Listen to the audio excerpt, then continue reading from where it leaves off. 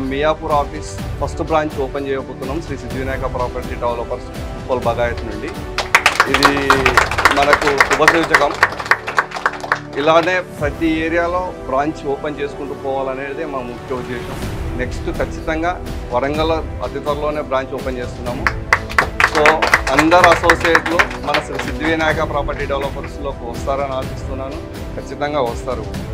మన లక్ష్యం 1,00,000 మందిని అసోసియేట్ తయారు చేయడమే. 1,00,000 మందికి ఉపాధి చూపించాలనే ఒకే ఒక్క ఉద్దేశంతో ఇప్పుడు బ్రాంచీలు ఓపెన్ చేస్తున్నాం. దానికి అనుగుణంగా అందరం నడుచుకుందామని కోరుకుంటున్నాం. Thank you very much.